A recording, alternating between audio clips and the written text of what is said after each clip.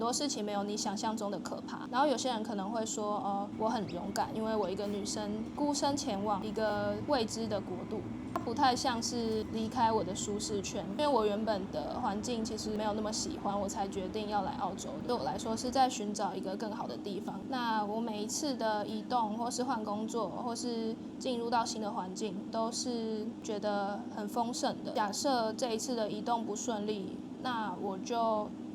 最坏的结果是什么？那我就再移动嘛，我可以回到我原本的地方，或是我可以寻找到下一个更好的地方。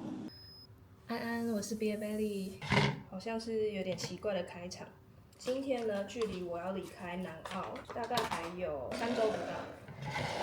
那我接下来准备要去博斯，我今天要来消耗我的面粉。我打算做红茶饼干，在做的过程主要是想要分享很多人可能会有的疑问，到底要不要来澳洲打工？然后分成4个阶段。首先你会犹豫到底要不要放弃你目前工作来打工度假，还是你拿到签证了，那接下来你要准备什么？你人已经到了澳洲，你可能处在很彷徨的状态，你可能还找不到工作，再来是你可能已经待了一段时间，然后你在犹豫要留下来呢，还是你要回台湾，或是去其他的地方。好的，那第一题最基本的问题，什么样的人可以申请打工度假签证？那只要你满18岁，然后未满31岁，你过去没有申请过打工度假签证，你没有任何的犯罪记录，你能提供等值5000澳币的财力证明，可能要再加上来回机票的金额，就大概是10万台币左右，那么你就可以申请这个打工度假签证。我体检完之后1周内就拿到了，那你在拿到签证之后的1年内可以进行准备，然后出发。下一题，如果英文不好，可以来澳洲打工吗？其实你在申请签证啊，就资格条件来说，我们台湾人申请的417签证，那并不需要减负任何的语言能力证明，你不需要讲非常完美的英文，但是你要敢开口，敢比手画脚。你可能在澳洲你一样可以获得很多中文的资源，但你如果敢讲的话，甚至你英文可能很流利的话，那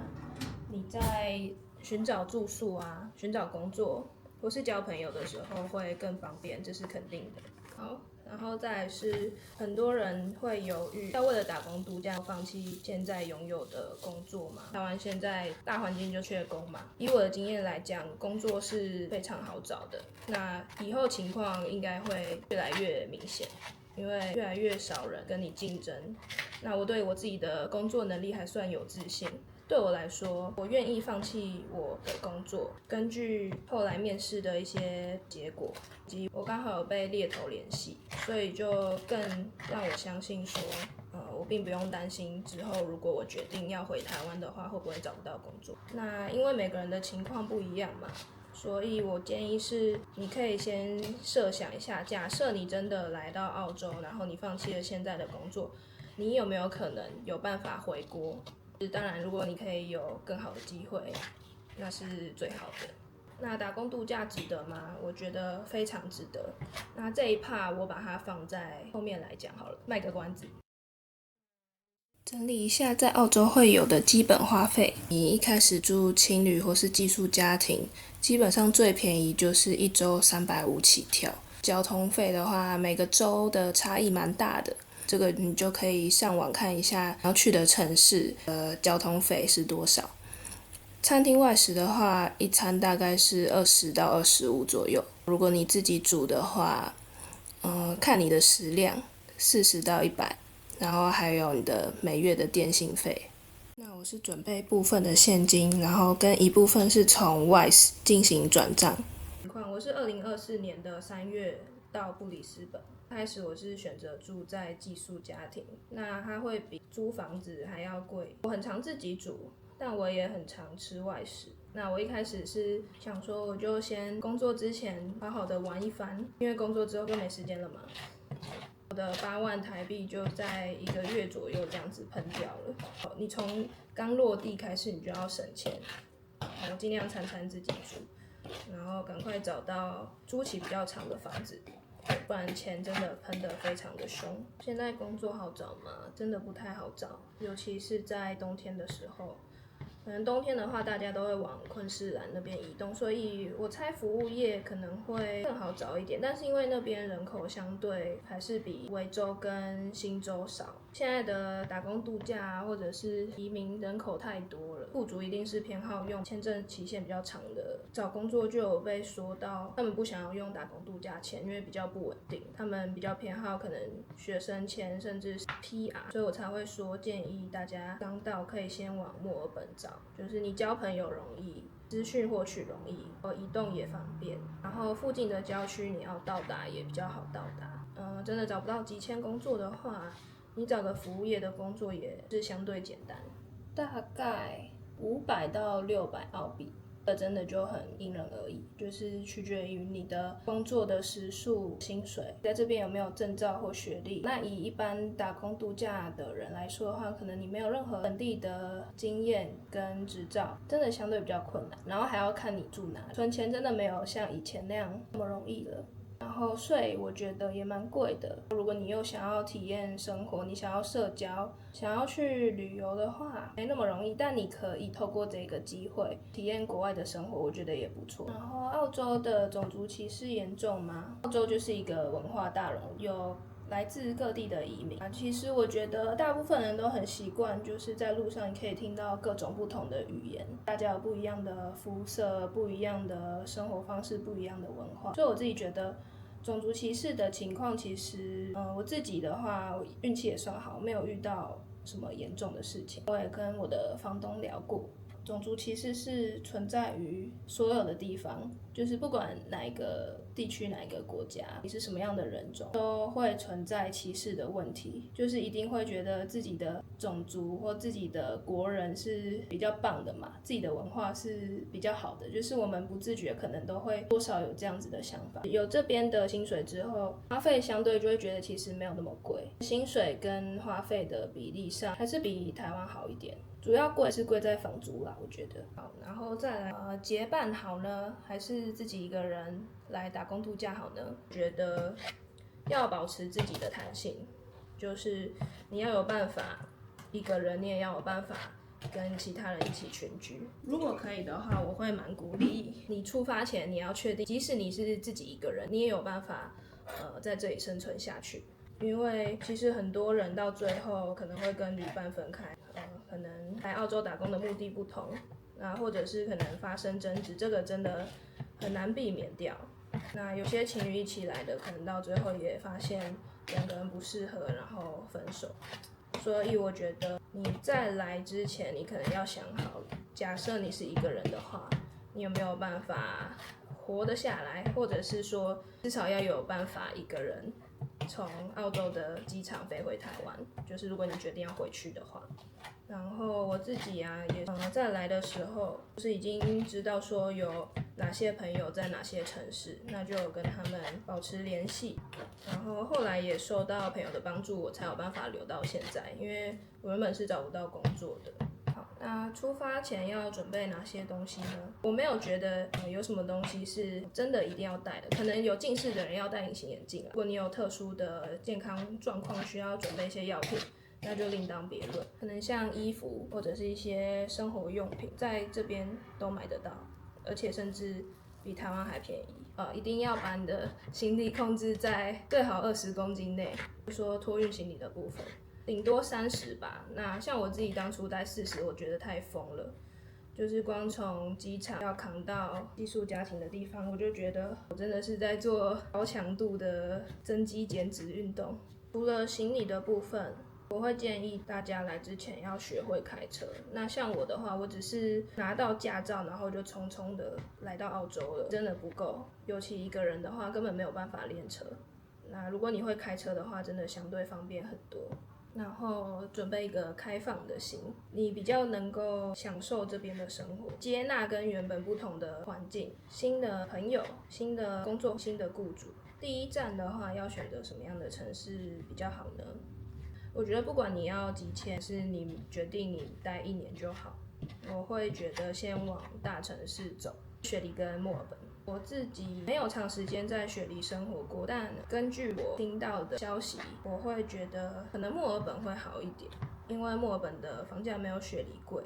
雪梨的服务业工作也许会更好找，但是相对的也非常的竞争，因为雇主如果他们都不缺人的话，他们就有更多的条件可以压榨你。那我自己以前在墨尔本生活，我是蛮常在路上看到店家在征人的啦，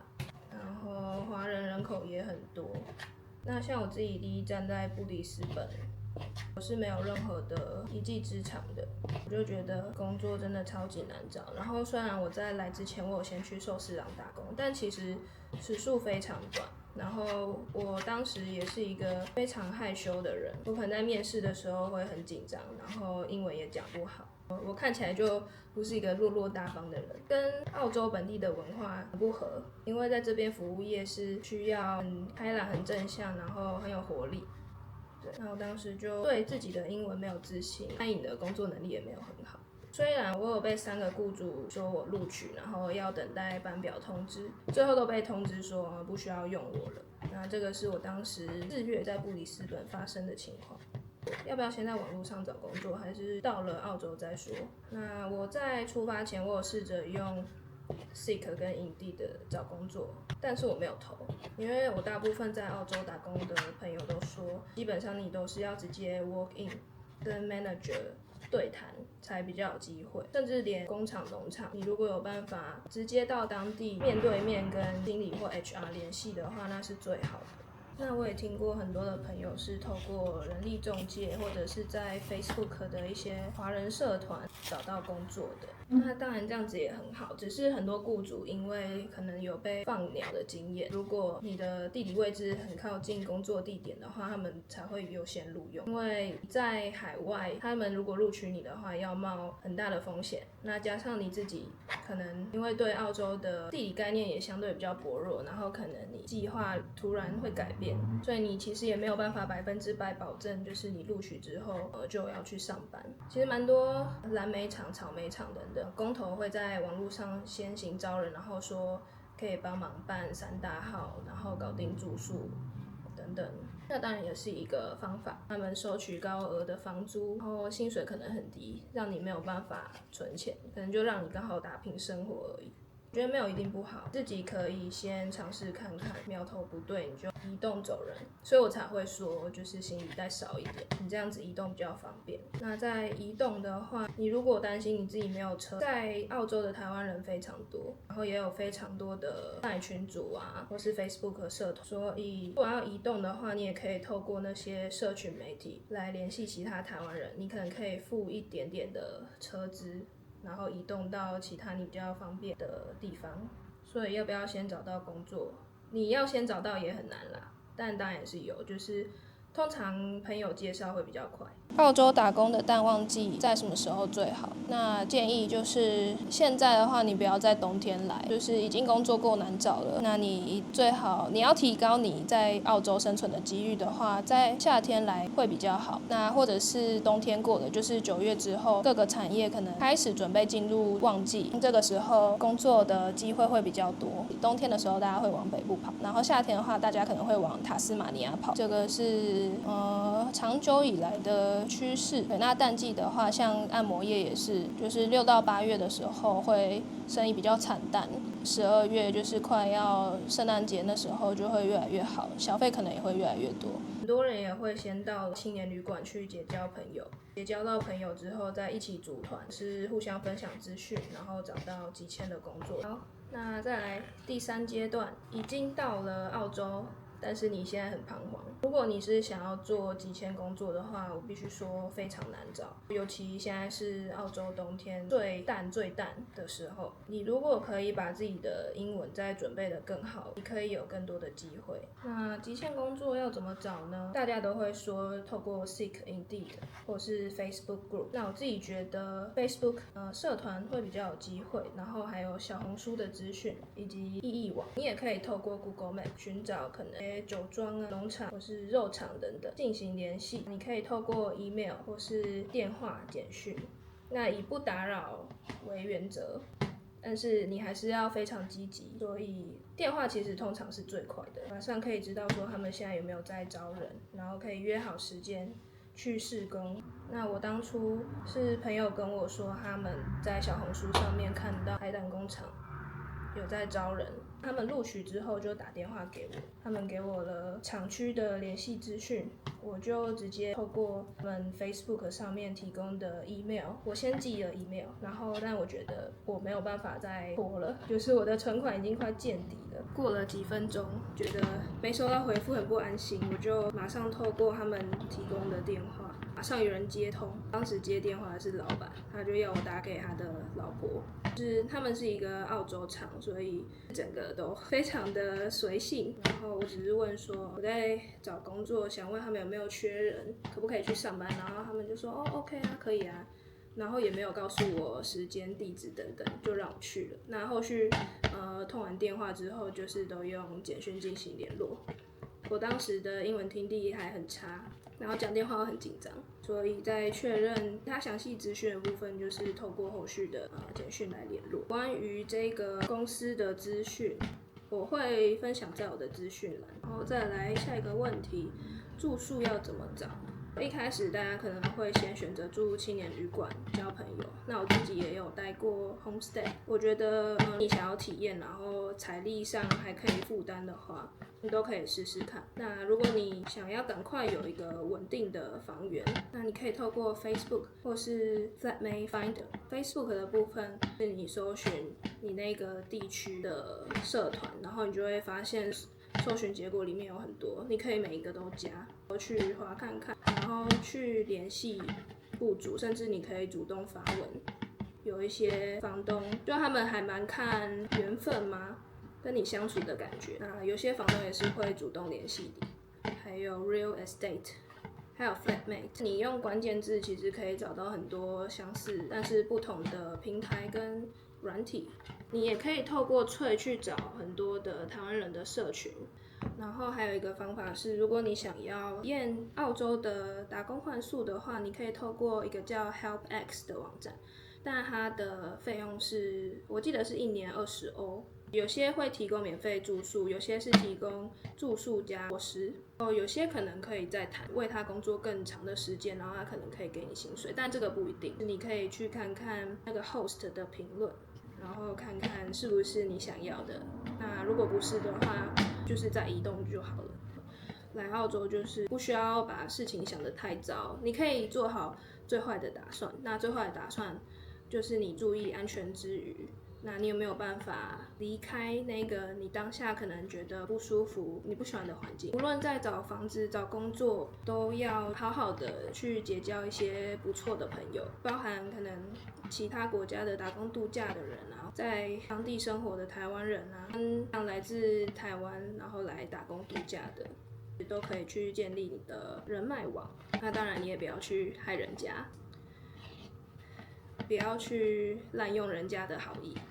找不到工作怎么办呢？我当初在布里斯本1个月没工作的时候，我最后决定我去租借 e-bike， 然后开始做 DoorDash。你会需要缴一笔费用去做 police check， 就有点像是我们的良民证，试试看，然后尽量往可能市区跑吧，才不会取餐的地点跟送餐的地点隔太远，就是骑得很累。我当时花每天可能8个小时，然后才能刚好打平我的生活加上100的费用。但我那时候不是在市区住，我是住在一个叫 Camp Hill 的地方，所以其实还蛮辛苦的。当时很快就找到工作的人，他们都是每天疯狂的在投履历，疯狂的在联系朋友去找工作。那我自己的话，当时并没有那么的积极，然后又3度被通知录取，所以我就被通知录取之后，我就放宽心了，等待他们通知，甚至是我自己一直去联络他们，然后收到他们不用我的这个消息的时候，就是又晴天霹雳，然后我才又开始继续找工作。但大部分的人他们是会一直去寻找备案的，所以就是真的要很积极，因为现在竞争很激烈。对，我一直在说，就是竞争很激烈，然后工作机会可能没那么多，或是没有那么容易被你注意到，要非常积极的去联系店家、联系雇主。那我建议就是也一开始不要跳工作，当你有工作之后，你可以再慢慢的去找更好的地方，慢慢换。好，然后要怎么交朋友？刚刚有说到很多台湾人的社群，然后脆上面我自己很常会用脆，就是随意的找人吃饭。好用的地方就是它的演算法很强大，所以可以找到跟你在同样地区的人。现在做按摩的话，我就是平日放假嘛，那我一样可以找到平日跟我一样时间有空的人，我们就可能一起去喝咖啡，甚至是我揪过了2艘船，是16个人，大部分都是台湾人，然后也有香港人，然后有一个泰国人，对，如果我没记错的话，可能有些人是学生，然后有些人是已经在工作，然后有些人可能已经拿到 PR， 然后也有很多像我们这样的打工度假的人一起划船，然后看夕阳，这样子也是蛮不错的。当然你要注意安全。我其实以前很常在网络上交友，所以就比较快可以辨别说这个人他是不是可能是变态啊，还是怪人。那这种我就会马上把他封锁，不要让他有机会再联系或是骚扰到其他报名的人。如果你不是一个想要组织统筹的人的话，你也可以去就是多滑滑看有没有人正在揪团吃饭，你就可以加入。如果你要自己去的话，记得把你的行踪分享给你的朋友知道。然后我自己也透过按摩店有认识像 Dan 这样子的好朋友，不会开车，然后我也没有买过车，我都是他朋友的顺风车，记得付车资。在台湾比较还好，除非是长途的旅行，可能大家会 share 一下，但这边的话油价很贵，所以记得先讲好车资要怎么算。我是建议在台湾要有海外的保险，可以联络一下你的保险业务。那我自己是保富邦的，他们是实支实付。那在国外的话，实支实付可能会比较好一点，因为你不知道你如果出了什么样的意外，需要去做医疗的时候，你不知道到底费用会是多少。我原本有保澳洲的保险，后来又取消掉了，因为就都没有用到。然后保险公司他们会提供一些购物上的福利，就是你可以透过他们的网站买超市的礼物卡等等。但我当时要买都买不成功，然后后来他们又说要涨价，其实每一家都在涨价啦，就觉得很不开心，然后我就取消掉了。而且我看到有人说，假设你真的临时有什么重大意外，那你是可以去一些人道机构求助的，紧急协助是不用钱的。但你可能在发生意外的当下，你不一定有时间去寻找那些管道，你的所在位置附近不一定有那样子的机构。我身上也已经有一些澳币了，假设真的要送医的话，我也是有办法支付医疗费用，所以我就取消了澳洲本地的保险。好，最后一个阶段就是你已经来了一阵子，然后你考虑要不要留下来。我原本是有在考虑移民的，不过现阶段我有远端工作嘛，我不想要放弃这一块，然后我之后的目标是要成为短线交易员，那他需要在晚上花大量的时间去研究，就是因为我想要操作的是美国的期货，之后我会比较想要回台湾，包含时差的关系，然后可以住在家里，就是我不用花高额的生活成本，然后澳洲的工作大部分都要早起，我没有办法兼顾，我觉得如果要在这边读书的话太累了，然后我也不知道我一个人没有办法坚持的下去就4-5年，然后等待 PR， 我觉得过程会非常的煎熬，所以我目前决定是先回台湾，然后累积我的交易的经验，边做一些我喜欢的工作，这是我目前的规划。我觉得要留下来其实也是蛮好的，如果你有请移民律师，他们可能都会建议你说你来到像南澳这种比较人口稀少的偏远地方会比较有机会。我很需要人的陪伴，总结我没有办法放弃我现在所有的东西。你在来澳洲之后，你回去的话会不会很难衔接？我看过我朋友，其实一开始会觉得可能稍微有点不适应，但他现在还是好好的在工作，主要就是自己个人心理准备上的问题。然后你原本对于回去有没有什么样的规划，或是说你一样可以一直保持很开放的心态继续去寻找你可能有兴趣，然后或是你原本熟悉的工作。我觉得只是自己心里过不过得去而已。但因为我现在还没回台湾，虽然我已经有计划了，然后其实跟我当初来澳洲之前所做的打算就是又不一样了。就是你如果可以先有一个备案，然后在打工度假的过程中，你可以持续去探索自己的兴趣。然后像我的话，就是在澳洲的时候，我才开始有远端的工作。我觉得都是一步一步慢慢的去发掘。你有个备案，就是让自己安心，然后随着你的成长去做调整。我觉得不需要太过害怕，但你就是要有一个大概的计划。所以打工度假值得吗？我觉得很值得。如果我没有来澳洲的话，我不可能会做外送，就是我不可能体验过，虽然只有2天，我不会有机会去为自己的生活跟生存感到，就是跟在台湾的生活压力是不一样。那你要想办法去解决，尤其是一开始找不到工作的时候，在这边得到了远端工作。虽然老板他们都是原本我在台湾就认识的朋友，但是因为来到这边之后，跟他们有更深的对话跟连结。我认识了本地人的文化，我了解到我自己原本所处的文化跟环境跟在这边有什么样的差异，我喜欢什么样的生活。我可能会透过按摩这份工作，或是跟这边的人交谈，找回了我的自信。我也找到我自己喜欢做什么样的事情。像按摩对我来说，因为我是一个动作其实还蛮缓慢的人，但是因为按摩不需要像在做餐饮业一样，我要赶快送餐，我要赶快收桌，就是我没有那个很大的时间压力。然后按摩就是慢慢来，客人才会舒服。然后按完之后，用心在做按摩的话，客人会给你好的回馈，然后你从中得到成就感。然后可能在对话的过程中，你也了解到原来生活的过法可以有很多种，然后原来每个人会有很多不一样的思想，也可能可以透过聊天的过程去了解说客人他是怎么透过对话，然后他对你的感觉是什么。你也可以透过这个过程更了解自己是一个什么样的人。我英文也会进步很多，所以我真的觉得非常的值得。然后我也遇到很多很棒的房东，很棒的朋友。他们可能有不同的背景，然后或是可能一样来自台湾，但是他的成长背景也可能很不一样。那每个人都有不同的故事，就是一切的一切，我都觉得让我学习到很多，然后也体会到很多以前可能没有体会过的心情。最重要的就是我一直说，保持着开放的心态，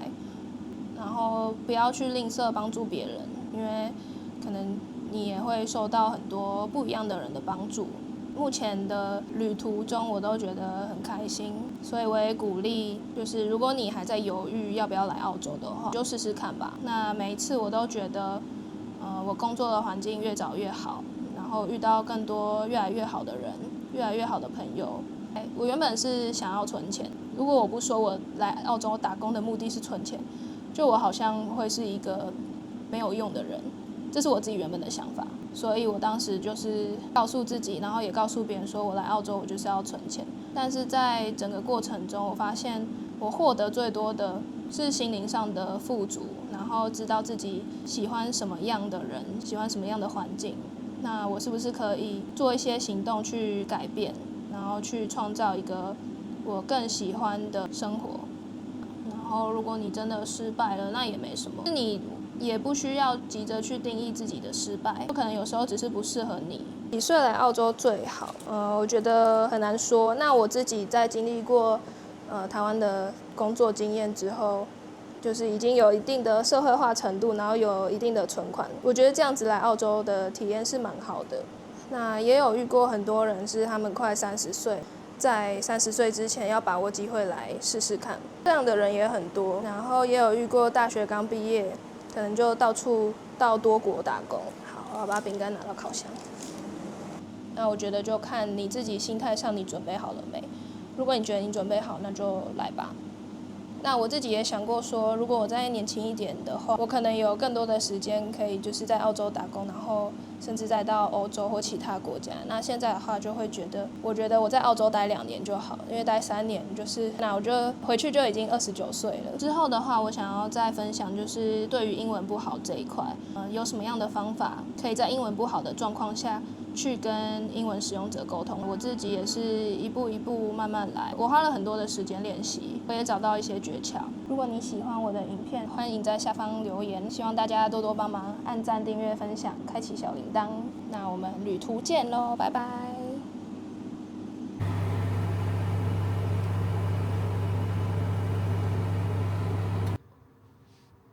还好是没有烤焦啦，但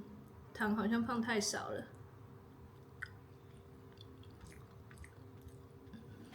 就是面团块。